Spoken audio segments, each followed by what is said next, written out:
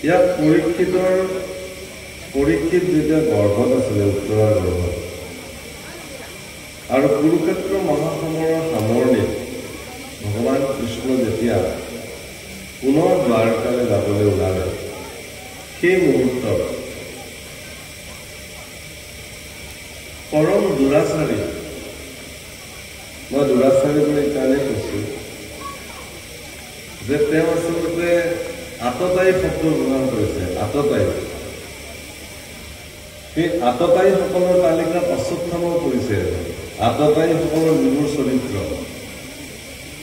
আততায়ীসকলে শুই থাকোঁতে মানুহ কাটিব পাৰে ঘৰত জুই জ্বলাই দিব পাৰে এইবোৰ আততায়ী গতিকে অশ্বত্থামা ঋষিপুত্ৰ হোৱাৰ পিছতো তেওঁ আততায়ী বুলি কোৱা হয় সেইকাৰণেই যে তেওঁ দ্ৰৌপদীৰ পঞ্চপুত্ৰ শুই থাকোঁতে গৈ ডিঙি চেদন কৰিছে ধৰ্মক্ষেত্ৰ কুৰুক্ষেত্ৰ সমবেত যুদ্ধ গীতাৰ প্ৰথম শ্লোক ধৰ্মক্ষেত্ৰ বুলি কোৱা হয় কুৰুক্ষেত্ৰ এই ধৰ্মক্ষেত্ৰ কুৰুক্ষেত্ৰতো তেওঁ যি নিয়মানুৱৰ্তিতাৰ মাজেৰে কুৰুক্ষেত্ৰ যুদ্ধ পৰিচালিত হৈছিল সেই নিয়মক ভংগকাৰী নিশা গৈ পেলাই তেওঁ হত্যা কৰিছে এনেধৰণৰ পাপ কাৰ্যত লিপ্ত হোৱা অশ্বত্থামা তেওঁৰ দুৰাচাৰী বন্ধু দুৰ্যোধনক তেওঁ কথা দিছিলে যে তেওঁ নিপাণ্ডৱ কৰিব পৃথিৱীত পাণ্ডৱৰ কোনো বংশ থাকিব নোৱাৰিব আৰু সেইকাৰণে তেওঁ দেখিলে যে উত্তৰাৰ গৰ্ভত পাণ্ডৱৰ শেষ বন্তি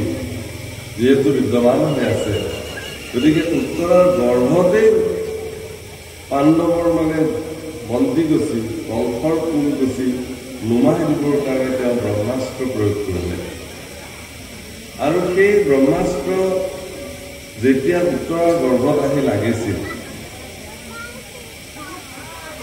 সেই সময়ত তেওঁৰ শহুৰ পৰম পৰাক্ৰমী ধনুৰ্ধৰ অৰ্জুন সমীপতে আছিল তেওঁৰ জ্যেষ্ঠ শহুৰ পৰম ধৰ্মজ্ঞ পুৰুষ যুধিষ্ঠিৰ সমীপতে আছিলে ভীম সমীপতে আছিলে নকুল সহদেৱ সমীপতে আছিলে কিন্তু ইমানবোৰ শক্তিশালী আৰু পৰাক্ৰমী পুৰুষ থকাৰ পিছতো উত্তৰা দেৱীয়ে কিন্তু তেওঁৰ গৰ্ভৱতী ৰক্ষা কৰক বুলি তেওঁ ভগৱান শ্ৰীকৃষ্ণৰ দুখানি চৰণত প্ৰাৰ্থনা কৰিছিল যে হে প্ৰভু তুমি মোৰ গৰ্ভৱতী ৰক্ষা কৰা উত্তৰাই জানিছিল যে যাৰ চৰণত আশ্ৰিত হলে জীৱৰ প্ৰতি তেওঁ কৃপাশীল হৈ পৰে গতিকে সেই ভকত বৎসল শৰণাগত বৎসল ভগৱান যোগনন্দন কৃষ্ণৰ দুখানি অভয় চৰণত উত্তৰাই যেতিয়া তেওঁৰ চৰণত পৰিছিল ভগৱান কৃষ্ণ কি বুলি লিখিছে ইয়াত হাতে কমুদু গদা ধৰি উত্তৰাৰ গৰ্ভত প্ৰৱেশ কৰিছে আজিৰ বিজ্ঞান প্ৰযুক্তিবিদ্যা শিকা ল'ৰা ছোৱালী এই কথা হয়তো মানিবলৈ টান পাব যে যি গৰ্ভত এডাল চুলি সোমাবলৈ জেগা নাথাকে তাতনো ভগৱন্ত পুৰুষে গৈ হাতত গদা ধৰি পেলাই সোমাই কেনেকৈ সন্তানটিক ৰক্ষা কৰিলে কিন্তু ভাগৱতৰ কথাটো মিছা হ'ব নোৱাৰে ইয়াতকৈ আৰু আমোদ সত্য বস্তু পৃথিৱীত কি হ'ব পাৰে গৰিষ্ঠম সৰ্বশাস্ত্ৰাণাম পৃথিৱীৰ ভিতৰত সৰ্বশ্ৰেষ্ঠ শাস্ত্ৰখনেই মোৰ ভাগৱত শাস্ত্ৰ গতিকে গৰিষ্ঠম সৰ্বশাস্ত্ৰাণাম সকলো শাস্ত্ৰৰ ভিতৰতে শ্ৰেষ্ঠ শাস্ত্ৰ ভাগৱতী মিছা কথা ক'বই আৰু কেতিয়াও নকয় তেতিয়াহ'লে ভাগৱত শাস্ত্ৰই কিছুমান যি পৰিঘটনাসমূহ বৰ্ণন কৰিছে সকলো সঁচা কথা বৰ্ণন কৰিছে একদম পোনে পোনে ক'বলৈ গ'লে কথাটো ইমানেই যে ভগৱন্ত পুৰুষৰ কাৰণে কৰিবলগীয়া একো অসম্ভৱ জগতত নাই গতিকে তেওঁ গৰ্ভৰ ভিতৰত প্ৰৱেশ কৰাটো ভগৱানৰ কাৰণে অসম্ভৱ নহয় তথাপিও বিজ্ঞানীসকলে পণ্ডিতসকলে আধ্যাত্মিকবিদ পুৰুষসকলে এই সম্পৰ্কত কিছু কথা পৰ্যালোচনা কৰে মই চমুৱাই কথাখিনি কৈ ইয়াৰ পিছৰ অধ্যায়টোলৈকে যাব বিচাৰিছিলোঁ এনেকৈ নহওক আমাৰ সমাজ ব্যৱস্থাত এটা বিশেষ ব্যৱস্থা প্ৰৱৰ্তি আছে বিশেষকৈ আমাৰ সন্মুখত আইসকল বহি আছে তেওঁলোকে জানে যেতিয়া আমাৰ মহিলাসকল গৰ্ভৱতী হয় তেতিয়া আমাৰ এটা প্ৰক্ৰিয়া আছে কি যে পঞ্চমাসত পঞ্চামৃত পালন কৰা হয় এইফালে এটা কৰে নকৰে মই নাজানো কৰে নে কৰে ন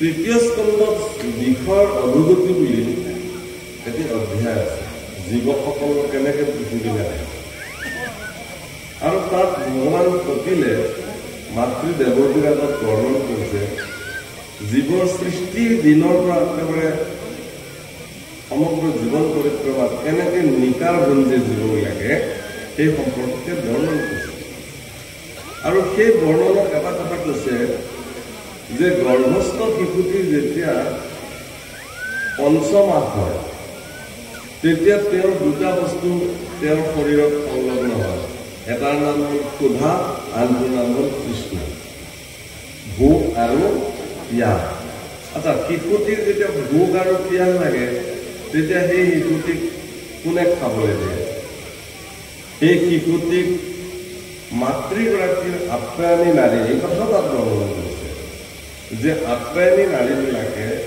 মাতৃয়ে যতকো ভুঞ্জয় মাকে যি খাব যি প্ৰক্ৰিয়া খাদ্য খাব যি স্তৰৰ আহাৰ মাকে গ্ৰহণ কৰিব সেই আহাৰৰ ভাগ আপ্যায়নী নাৰী সমস্তই গৈ পেলাই গৰ্ভস্থ শিশুটিক প্ৰদান কৰে আৰু সেইমতে একলাকে সন্তানটিৰ ভিতৰত মানে বাঢ়িবলৈ লয় আৰু এটা সময়ত প্ৰসূতি বায়ুৰ পশ্চাদমুখী খেলাত সি থাকিব নোৱাৰি এই মায়াময় জগতখনলৈকে আহে আৰু আহিয়ে ইয়াত সকলো পাহৰি পেলাই যি কি নহওক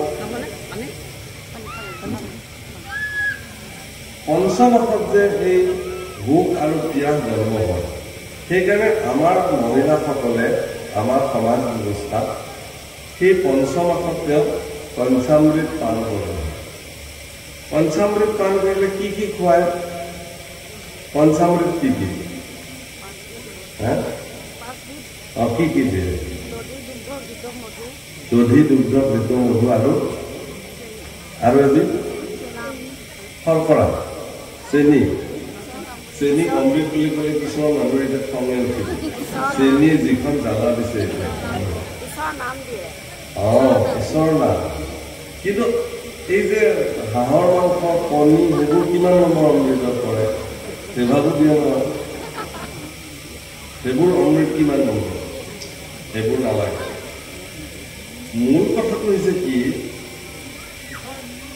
দধি দুগ্ধ ঘৃত মধু আৰু ভগৱন্ত পুৰুষৰ নাম আইসকলে গৰ্ভৱতী মাতৃগৰাকীক এই 5বিধ বস্তু একেলগে সেৱন কৰা এদিন কৰালে নহ'ব কিন্তু নিত্য সদায় তেওঁ ঈশ্বৰৰ নাম শুনিব লাগিব সহজভাৱে হজম হোৱা প্ৰটিন ভিটামিন পোৱা খাদ্য দধি নিয়মিত খাব লাগিব দুগ্ধ নিয়মিত খাব লাগিব মধু নিয়মিত খাব লাগিব যিমান পৰিমাণৰ খাব লাগিব অৰ্থাৎ এগৰাকী গৰ্ভৱতী মাতৃ এটি সুস্থ সবল সন্তান জন্ম দিবৰ কাৰণে তেওঁ সুস্বাদু সহজে হজম হ'ব পৰা পোষক যাৰ পৰা মানে শৰীৰে পোষণ পাব তেনেকুৱা প্ৰটিন ভিটামিনযুক্ত খাদ্য তেওঁ খাব লাগিব 5 নম্বৰ যিটো নামৰ কথা বৰ্ণন কৰা হ'ল তাৰমানে এগৰাকী মাতৃয়ে এটি সুস্থ সন্তান জন্ম দিবলৈ হ'লে তেওঁ যিমান পৰিপোষক খাদ্য নাখাওক কিয় যিমান পৰিপুষ্টিদায়ক খাদ্য গ্ৰহণ নকৰক কিয়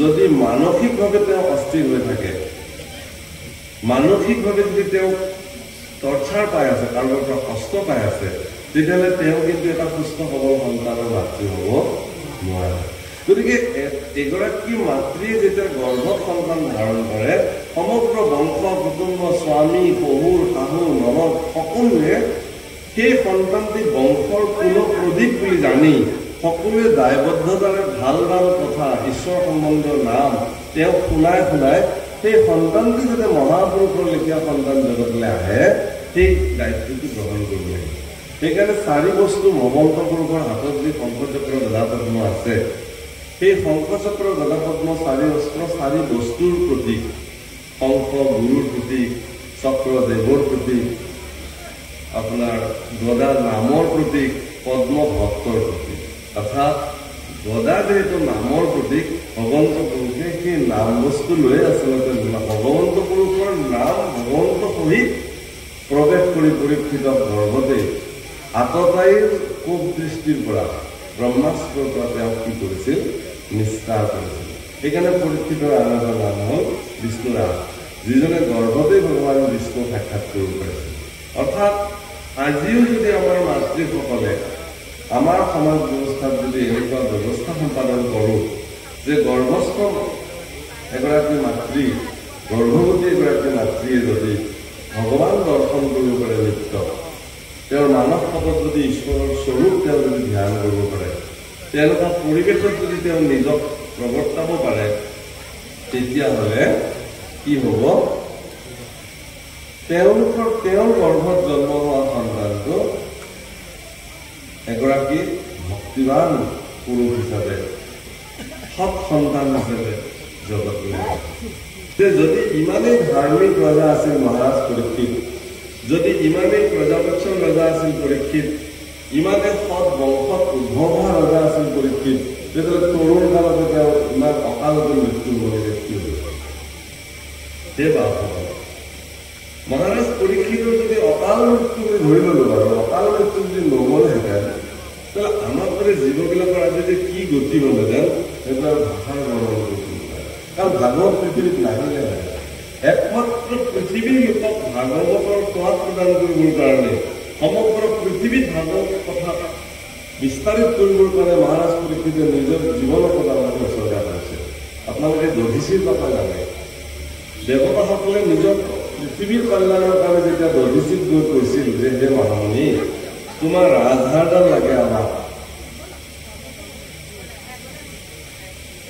তোমাৰ ৰাজহাৰডাল এই মুহূৰ্তত আমাক প্ৰয়োজন, দধিচীয়ে কৈছিল।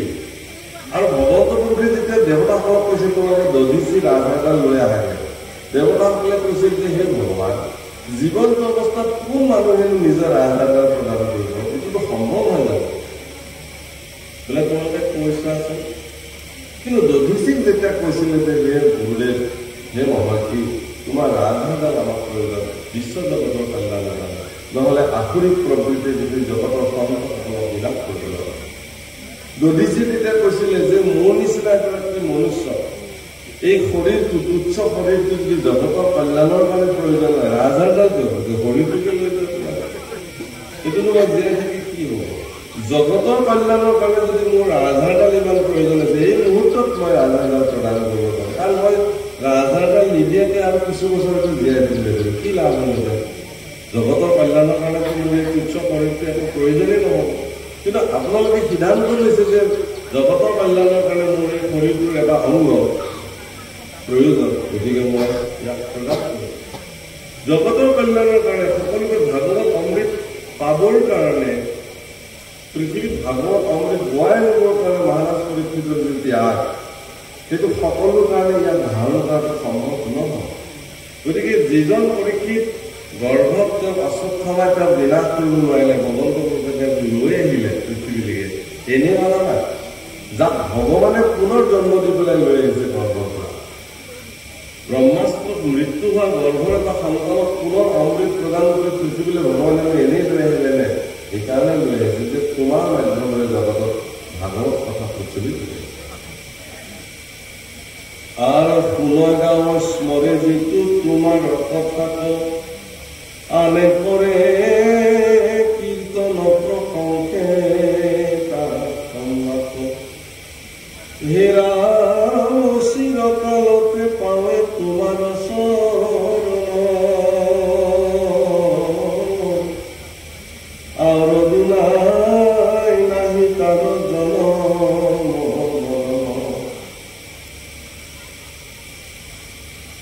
যদি কোনোবাই তোমাৰ গুণ গায়, স্মৰণ কৰে, কীৰ্তন কৰে, আৰু আনেও যদি কীৰ্তন কৰিছে তাক যদি প্ৰশংসা কৰে,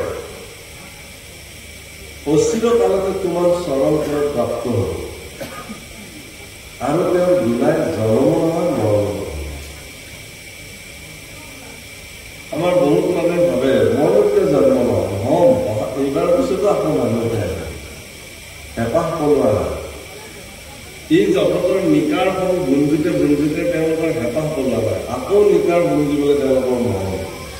কিন্তু শাস্ত্ৰতেই কৈছে আৰু কি মনুষ্য হৰিবা পৰাইটো আশ, আৰু আশাই কৰিছা তুমি মনুষ্য হ'বৰ কাৰণে। শতকোটি জন্মৰ অন্তৰে যাহাৰ আশ্ৰয় পুণ্যৰ ৰাখি সি কদাচিত মনুষ্য হয়। কেতিয়াবাহে হ'ব পাৰে। মনুষ্যসকল মুক্তিৰ দ্বাৰ ভগৱন্ত পুৰুষৰ সাক্ষাৎ স্বৰূপ মানৱ মূৰ্তি অমৃত সন্তান। এই জন্ম দুৰ্লভ জন্ম ব্ৰহ্মাই তাক বাঞ্ছা কৰে। এই দুৰ্লভ জন্ম আপোনালোকৰ প্ৰাপ্তি হৈছে আৰু ইয়াৰ পিছতো লভীয়া মনুষ্য জন্ম কৰিয়া পশুৰ কৰ্ম কৰি পেলাই আপোনালোক অতিবাহিত কৰি থাকে আমি। আৰু আমি ভাবোঁ কি যে ইয়াৰ পিছতো আকৌ মানুহ হৈ আহিম, কিন্তু সজ্জনসকলে ইয়াক বাঞ্ছা নকৰে। তেওঁলোকে ভাবে কি যে হে ভগৱান, এইবাৰ যোৱাৰ পিছত আৰু মই যেন পৃথিৱীত কোনো কাৰণতে কাৰো গৰ্ভত যাতে স্থিতি হ'ব নালাগে। পুনৰূপী জনম পুনৰূপী মৰণম পুনৰূপী জননী যথৰে চেয়াম, এইটো এটা প্ৰক্ৰিয়া দিব। আপুনি নকলেও আপুনি আহিব পৃথিৱীলৈ। গৰু কুকুৰ শিয়াল গছ গছনি কীট পতংগ ইত্যাদি হৈ পৃথিৱীলৈ আহিবই লাগিব, আপোনাৰ নিষ্ঠা নাই। কিন্তু নাহিব পৰাৰ যিটো ব্যৱস্থা সেইটোহে আটাইতকৈ জটিল। মহাপুৰুষ মাধৱদেৱে নামঘোষা কালজী গ্ৰন্থ ৰচনা কৰিলে একদম শেষৰ বাক্যত লিখিলে ভগৱন্তক ভজিয়া জনম বাহুৰা। ভগৱন্তক ভজিব লাগে এইকাৰণেই যে যাতে জন্মক ৰোধ কৰিব পৰা আৰু যাতে জন্ম নালাগে। এই হৰিয়ে জন্ম তোমাৰ তথাপি জন্ম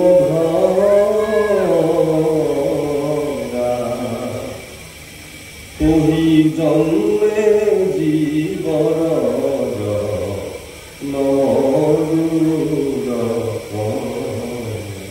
মহাপুৰুষ লাগে নাহি জন্ম তথাপি তোমাৰ জন্ম ধৰা।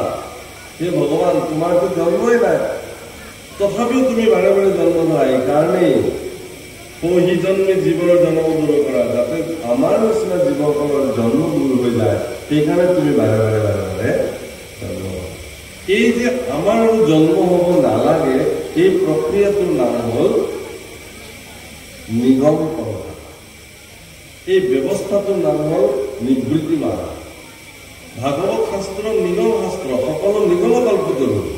যিহেতু সমস্ত নিগম শাস্ত্ৰসমূহৰ কল্পতৰু শাস্ত্ৰ ভাগৱত, গতিকে ভাগৱতে আপোনাক নিগম মাৰ্গটোকেই দেখুৱাব।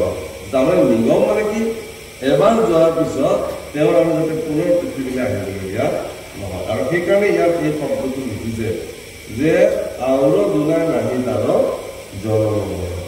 জন্ম নহ'লে মৰণো নাই, কাৰণ জন্মৰ লগতে উপযোগ মৃত্যু লগত। দশম স্কন্ধৰ মহাপুৰুষৰ বাণী, যিদিনাখনে জীৱৰ জন্ম হয় সেইদিনাখনে মৃত্যু তেওঁৰ লগত উপজি আহে একেলগে। ই অৱশ্য নহয়। কিন্তু ভগৱন্ত পুৰুষক এবাৰ প্ৰাপ্তিৰ পিছত, তেওঁৰ চৰণত আশ্ৰিত হোৱাৰ পিছত তেওঁৰ আৰু অনাগত সময়ত তেওঁৰ জন্ম আৰু মৰণ নহয়। আৰু এইটো যদি পৰ্যায়লৈ কোনোবাই যাব পাৰিছে তেতিয়াহ'লে তেওঁৰ জীৱন ৰাম তুমি দিলাতে আমি মৃত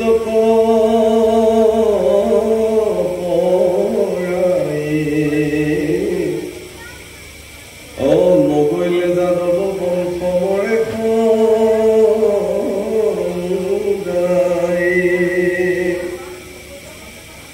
আৰ পুবলিবা কৰি নপাৰো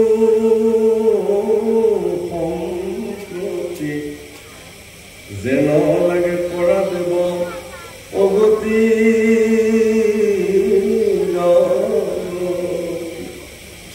ভাগৱতৰ শ্ৰেষ্ঠ স্তুতি কুন্তি স্তুতি চলি আছে ইয়াত। দেৱী কুন্তিয়ে ভগৱান কৃষ্ণক স্তুতি কৰিছে। কৃষ্ণায় বাসুদেৱায় দেৱকী নন্দনায় কুমাৰায় গোবিন্দায় নমো নমঃ। নমঃ পঙ্কজ নাভায় নমঃ পঙ্কজ মহাবীরে নমঃ পঙ্কজ নেত্রায় নমস্তে পঙ্কজ। वसुदेवं सुतं कृष्णं कंस सानदेववदनं दैवकी विद्यानन्दं कृष्णं वन्दे जगद्गुरुहरिं। मूकं करोति वाचलं पङ्गुं लङ्घयति गिरिं यत्कृपातमहं वन्दे परमानन्दमाधवं। मूकं करोति वाचलं, মুকল কথা ক'ব পাৰে, পুৰাই পৰ্বত ক'ব পাৰে, ইয়াত কৃপা তমহম, যদি তোমাৰ কৃপা নহয়। কুন্তি দেৱীৰ স্তুতি স্তুতি মহাপুৰুষৰ আটাইতকৈ ভাল লগা স্তুতি সেইকাৰণে কীৰ্তনৰ প্ৰাৰম্ভণতে কুন্তি স্তুতি মহাপুৰুষৰ অনুষ্ঠিত কৰিছে দেৱী কুন্তি ভগৱানক কৰা স্তুতি ই জগত বিখ্যাত স্তুতি প্ৰভুকৰ স্তুতি আৰু প্ৰাৰ্থনাৰ মাজত পাৰ্থক্য আছে প্ৰাৰ্থনা আৰু স্তুতি একে নহয় স্তুতি সাক্ষাৎ ভগৱানৰ সন্মুখত লৈ পেলাই যিটো প্ৰাৰ্থনা কৰা হয় তাক স্তুতি আৰু ভগৱান বিহীনভাৱে যিটো স্তুতি কৰা হয় কাল্পনিকভাৱে সেইটো প্ৰাৰ্থনা কিন্তু সাক্ষাৎ ভগৱানৰ সন্মুখত লৈ পেলাই তেওঁক স্তুতি কৰিব পৰাটো প্ৰাৰ্থনা কৰিব পৰাটো বহুত ডাঙৰ কথা আৰু এনেকুৱা স্তুতি কৰা বহুত আছে ভাগৱতত আৰু সেই স্তুতিসমূহ জগতৰ কাৰণে প্ৰসিদ্ধ স্তুতি ধ্ৰুৱ স্তুতি প্ৰহ্লাদ স্তুতি ইন্দ্ৰজন্য স্তুতি কুন্তি স্তুতি উদ্ধৱ স্তুতি স্তুতি আছে অনেক স্তুতি আছে সেই স্তুতিসমূহৰ ভিতৰত অৰ্থাৎ মানসিকতাটো কেনেকুৱা হ'ব লাগিব আপোনাৰ চাব দুৰ্যোধনৰ যেতিয়া মৃত্যু হ'ল বীৰগতি প্ৰাপ্ত হ'ল কুৰুক্ষেত্ৰৰ ৰামে ভগৱান কৃষ্ণই গান্ধাৰীলৈকে বাৰ্তা প্ৰেৰণ কৰিলে যে হে আই গান্ধাৰী ভগৱান কৃষ্ণ দ্বাৰিকাধীশ কৃষ্ণই বাৰ্তা প্ৰেৰণ কৰিছে যে তোমাৰ প্ৰিয় পুত্ৰ দুৰ্যোধনৰ কিছু সময় আগতে বীৰগতি প্ৰাপ্ত হৈছে আৰু দুৰ্যোধনৰ শৱদেহ সুন্দৰকৈ সংৰক্ষিত কৰি ৰখা হৈছে গোটেই জীৱন তুমি চকুত পাতি বান্ধি থাকিলা গতিকে ল'ৰা দেখাই নাপালা কেনেকুৱা গতিকে দুৰ্যোধন যিহেতু তোমাৰ অতিকে প্ৰিয় পুত্ৰ আছিল 100 পুত্ৰৰ ভিতৰত গতিকে তুমি শেষবাৰৰ কাৰণে যদি দুৰ্যোধনৰ শৰীৰটো যদি চাব খোজা তেতিয়াহ'লে তুমি চাব গান্ধাৰীয়ে দুটক কৈ পঠিয়ালে যে কৃষ্ণক ক'বা যে যি গান্ধাৰীয়ে গোটেই জীৱন চকুত পাতি বান্ধি স্বামীৰ পদানুকৰণ কৰি প্ৰতিব্ৰতা ব্ৰত ৰাখি সন্তান সন্ততিৰ মুখেই নাচালে মৃত্যুৰ পিছত এটা মৃত শৰীৰ মই কি কাৰণ দৰ্শন কৰিম মোক এইটোৰ প্ৰয়োজন নাই কিন্তু কৃষ্ণ পুৰুষে যিহেতু আজ্ঞা কৰিছে গতিকে মই চকুৰ পাতিটো কাইলৈ খুলিম প্ৰাতঃ গতিকে মই চকুৰ পাতিটো খুলি মই এবাৰ কৃষ্ণকেই দৰ্শন কৰিব খুজিম যদি সময় মিলে ৰাতিপুৱা প্ৰাতঃতে তেওঁ মোৰ ইয়ালৈ আহিব লাগে এইটো মোৰ তেওঁৰ প্ৰতি আহ্বান ভগৱান কৃষ্ণই তেওঁৰ আহ্বানক স্বীকাৰ কৰি প্ৰাতঃতে আহি গান্ধাৰীৰ কক্ষত প্ৰৱেশ কৰিলে গান্ধাৰীয়ে স্নান আদি কৰি কৈছে যে কৃষ্ণ তুমি আহিলা কৃষ্ণই কৈছে যে মোক চোৱাৰ হেঁপাহটো তোমাৰ কিয় বাঢ়িলে মই জানিব খুজিছো গান্ধাৰীয়ে কৈছে যে কুন্তীয়ে সদায় কৈ থাকে কুন্তীৰ মুখত তোমাৰ গুণ তোমাৰ ৰূপ তোমাৰ চৰিত্ৰ শুনোতে তোমাক সচক্ষুৱে এবাৰ তোমাৰ ৰূপ দৰ্শন কৰিবৰ কাৰণে মোৰ হেঁপাহ বোলে কি কয় কুন্তীয়ে বোলে তোমাৰ নিচিনা সৌন্দৰ্যবান কোনো হেনো জগততেই নাই তোমাৰ নিচিনা ৰূপৱান তোমাৰ নিচিনা গুণৱান তুমি যেনেধৰণে হাঁহি থাকা তেনেকে পৃথিৱীত দ্বিতীয়জন কোনো পুৰুষে হাঁহিব নোৱাৰে তুমি যি ধৰণে বস্ত্ৰ অলংকাৰ পৰিধান কৰা পৃথিৱীত কোনো দ্বিতীয় এজন পুৰুষ নাই তেনেকুৱা বস্ত্ৰ ধাৰণ কৰে তোমাৰ শৰীৰৰ যি উজ্জ্বলতা পৃথিৱীত দ্বিতীয়জন কোনো পুৰুষৰ এই উজ্জ্বলতা নাই এই সকলো সৌন্দৰ্য আঁতৰ তুমি হেনো গতিকে ময়ো এবাৰ স্বচক্ষে মই তোমাক চাব খুজিছো ভাল কথা তুমি সাজু বোলে কাটা দিয়া তেতিয়াহ'লে তোমাৰ চকুৰ পাতি খোলা গান্ধাৰীয়ে চকুৰ পাতি খুলিলে আৰু সেই দৃষ্টি কৃষ্ণ পুৰুষৰ চৰণৰ পৰা শিৰলৈকে শিৰৰ পৰা চৰণলৈকে নমালে কিন্তু গান্ধাৰীৰ মুখমণ্ডলত তেনেকুৱা বিশেষ অভিব্যক্তি ভগৱান কৃষ্ণই দেখা নাপালে যাৰ কাৰণে ভগৱান কৃষ্ণই তেওঁক সুধিলে যে কি হ'ল গান্ধাৰী আই কুন্তীয়ে কোৱাৰ লেখীয়াকে তুমি একো নেদেখিলা নেকি বোলে নাই নেদেখিলো কি দেখিলা তেতিয়াহ'লে বোলে মই এইটোৱে দেখিছো যে পৃথিৱীৰ ভিতৰত তোমাতকৈ আৰু কুৎসিত পুৰুষ দ্বিতীয়জন কোনোৱেই নাই কি যুক্তিত কুন্তীয়ে তোমাক ইমান ধুনীয়া দেখে মই বুজি নাপাওঁ। কৃষ্ণ কৈছে ঠিক আছে, ভাল কথা, মোৰো একো ক'বলগীয়া নাই। তুমি মোক যি দৃষ্টিৰে নেদেখা কিয় মোৰ কাৰণে কি কথা হ'ব, মই এতিয়া বিদায় ল'ব খুজিছো। বোলে বিদায় ল'ব নোৱাৰিবা, তোমাক মায়াবী বুলি চবেই জানে, এইটো কৈছে। হয়তো তুমি প্ৰচণ্ড মায়া শক্তিৰে তুমি গান্ধাৰীক কুৎসিত ৰূপ দেখুৱাইছা আৰু কুন্তীক তুমি সুন্দৰ ৰূপ দেখুৱাইছা, গতিকে মোকো সুন্দৰ ৰূপ দেখুৱাই থৈ যাব লাগিব, মই নেৰিম। কৃষ্ণ কৈছে হে গান্ধাৰী, মোৰ ৰূপ এটাই, সদায় নিত্য, জগত সদায়। জগত হেৰাই যোৱাৰ পিছতো মই একেটা স্বৰূপতে থাকো, কিন্তু দৃষ্টিৰ ভিন্নতাৰ কাৰণে মোক বেলেগ বেলেগ ৰূপে দেখে, সেইটো মোৰ গাত দুখ নাই। যিজনে দৃষ্টি দিয়ে তেওঁৰ গাত সেইটো লেখাটো তেওঁৰ গাত। যিটো মন ভাৱে উচিত গুণে দেখা, মনৰ ভাৱনা যাৰ যিমান লাগে তেওঁ সিমানেই দেখিব। তাৰমানে মোৰ ভাৱনাটো কুৎসিত নেকি কৃষ্ণ? হ'ব পাৰে, কাৰণ তুমিতো মোক কুৎসিতেই দেখিলা। বোলে এই কথা নহ'ব, তুমি মোক ক'ব লাগিব যে কিয় মই তোমাক কুৎসিত দেখিলো। বোলে তুমি সহ্য কৰিব পাৰিবানে মই যদি কওঁ কিয় দেখিলা কুৎসিত? অঁ পাৰিম। ইমান শক্তি আছেনে তোমাৰ গান্ধাৰীত? বোলে যি গান্ধাৰী শক্তিশালী ৰজা ধৃতৰাষ্ট্ৰৰ পত্নী তিল তিলকে চকুৰ আগত মানে ক্ষমতা হেৰাই গ'ল, মই সহ্য কৰিব পাৰিছো। পৰম পৰাক্ৰমী বীৰ পুত্ৰ 100 জন তিল তিলকে মৃত্যু হৈ গ'ল, সহ্য কৰিব পাৰিছো। আৰু এইটো সামান্য কোৱা কৈছে যে সেই গান্ধাৰী, এই যে হস্তিনাপুৰ তিল তিলকে বিধ্বংস হৈ গ'ল, তোমাৰ ক্ষমতা তুমি হীন হৈ গলা, 100 পুত্ৰ তুমি তিল তিলকে হেৰুৱালা, ইয়াৰ কাৰণে দায়ী কোন, দুখী কোন, কাক বুলি তুমি ভাবা? তুমি কোৱা। গান্ধাৰীয়ে কৈছে তুমি কোৱা কৃষ্ণ, কোন ইয়াৰ বাবে দায়ী? কৃষ্ণ কৈছে সেই কথাটোকে মই ক'বলৈ ওলাইছো। এই গোটেই পৰিঘটনাৰ কাৰণে একমাত্ৰ দায়ী তুমি নিজেই। তোমাৰ কাৰণে আজি এইবোৰ হবলৈ ল'লে। কেনেকে?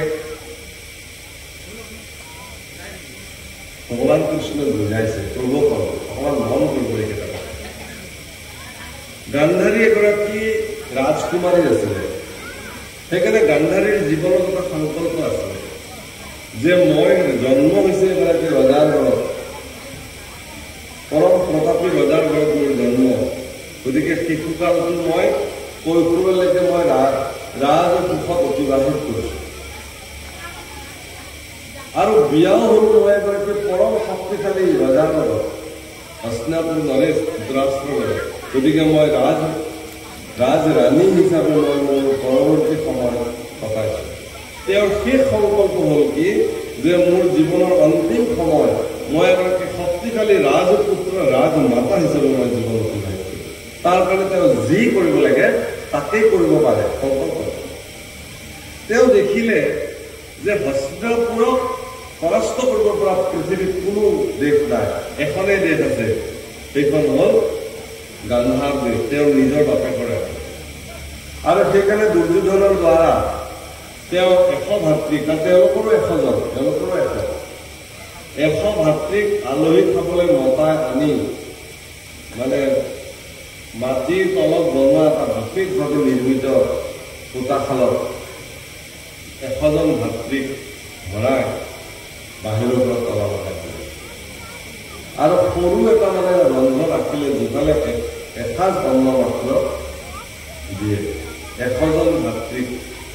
আৰু এই কাম সম্পূৰ্ণ গান্ধাৰীৰ পৰিকল্পনা হৈছে। ভগৱান কৃষ্ণই কৈছে যে হে গান্ধাৰী, যি গান্ধাৰীয়ে নিজৰ ক্ষমতাৰ লোভত স্বগৰ্ভী ভাতৃকো তিল তিলকে হত্যা কৰিব পাৰে, নিজৰ সুখ স্বাচ্ছন্দ্যৰ কাৰণে নিজৰ পুত্ৰৰ দ্বাৰা অপকৰ্ম সাধন কৰাব পাৰে, তেনেকুৱা ব্যক্তিৰ দৃষ্টিত কৃষ্ণ কেতিয়াও সুন্দৰ নহয়, উচিতে দিব।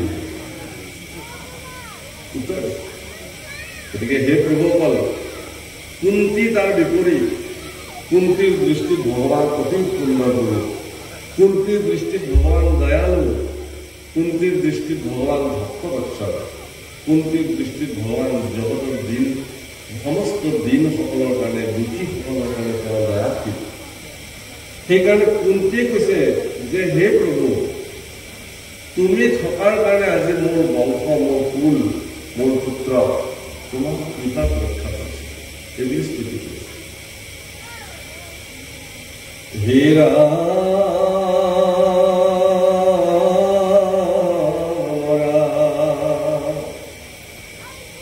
আর তোমাকে দেখিবে নিশে মুরখে যাদব পাণ্ডব বংশ করা স্নেহ সেদ আনো দেব ধর্ম তন যাও কমুর মূর্তি তোমাকে করবো মাত্র নিরন্তরে রতি যেন যাজি গঙ্গা অনিরোধ করে যদি সাগরত পরয় তথাপি দেহ নদী সেই মতে বিঘ্নি পুনগনি মূৰ মন সদায় স্মৰ্ক মাত্ৰ তোমাৰ চৰণ এই মতে কৰন্ত অনেক স্তুতি নতি মনে সম্পজিলা ৰাখি সপ্ৰেম ভকতি। এইবুলি অনেক স্তুতি কৰি থাকোঁতে কুন্তীৰ সপ্ৰেম ভকতি দাদা। প্ৰভুসকল, ভাগৱত শাস্ত্ৰত এটা কথাত বহুত গুৰুত্ব প্ৰদান কৰিছে। অন্য শাস্ত্ৰসমূহত খুব জোৰ দিছে যে ভক্তি কৰিব লাগিব আপুনি ভগৱানক, কিন্তু ভাগৱত শাস্ত্ৰই জোৰ দিছে যে কেৱল ভক্তি কৰিলে নহ'ব, এই ভক্তি প্ৰেমযুক্ত হ'ব লাগিব, সপ্ৰেম হ'ব লাগিব। ভগৱান কৃষ্ণ প্ৰেমতহে বন্দী হয়। ভক্তিৰ লগত যিদিনাখন প্ৰেমযুক্ত হ'ব আপোনাৰ হৃদয়ত, সেই প্ৰেমৰ জৰিত ভগৱান মান খাব। পৃথিৱীত অনেক সাধক পুৰুষ আছে, ভগৱানৰ সাক্ষাৎ প্ৰাপ্তি হোৱা সাধকো আছে। ইচ্ছা কৰিলে সমাধিত বহিলে ভগৱান সন্মুখত সাক্ষাৎ বিদ্যমান হৈ যায়, এনেকুৱা সাধকো পৃথিৱীত অনেক আছে। কিন্তু শাস্ত্ৰত এনেকুৱা ইতিহাস নাই। এটা উদাহৰণৰ বাহিৰে আৰু দ্বিতীয়টো উদাহৰণ নাই। সেইটো হ'ল যশোদা, যি ভগৱানকতো প্ৰাপ্তি হৈছে, লৰু এডাল লৈ পিছে পিছে কোবাবলৈ খেদিছে। জগতৰ ঈশ্বৰ ব্ৰহ্মাণ্ডপতি ভগৱান আগে আগে দৌৰিছে, যশোদা পিছে পিছে খেদিছে। আতি ৰছীৰে বান্ধিছে পৰম ব্ৰহ্মক। এনেকুৱা সৌভাগ্য কিমানজন ভক্তৰ জীৱনত ঘটিছে, উদাহৰণটো আছে। ভক্তিৰ মহিমা বিপৰীত। মহাপুৰুষ মাধৱে নামঘৰত লিখিছে বিপৰীত মহিমা, যে ই যিকোনো কৰ্ম সাধন কৰিব পাৰে। যশোদাই এনেকুৱা কি তপস্যা সাধন কৰিছিল, যাৰ কাৰণে মহাপুৰুষে সেইকাৰণে লিখিছে, যাৰহে চৰণ ৰেণু যোগী নাপায়, ভকতিক বলে তাকে বন্ধ নাপায়। যোগীসকলেও যাৰ একবিন্দু ৰেণু পাবৰ কাৰণে যুগ যুগ তপস্যা সাধন কৰে, কিন্তু ভকতিৰ বলেৰে ভগৱানক বান্ধিবৰ কাৰণে সক্ষম হৈছিল যশোদাই। ইয়াৰ একমাত্ৰ কাৰণ হ'ল যে ভক্তিৰ লগত প্ৰেমযুক্ত হ'ল। সপ্ৰেম ভক্তিত ভগৱান ভক্তৰ লগত বান্ধ খায়। কুন্তীৰো মনত সেই সপ্ৰেম ভকতি জাগ্ৰত হ'ল, স্তুতি কৰি থাকোঁতে থাকোঁতে। আর কিহরি শরীর নির বহে অবিশ্রান্ত কৃষ্ণরয়াগত পরিকুন্তি কান্দিলন্ত পরম ভকতি দেখি জগত নিবাস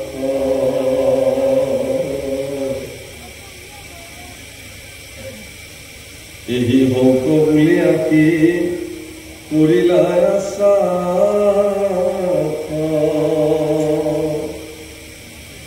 আৰ নজায় বোদাৰ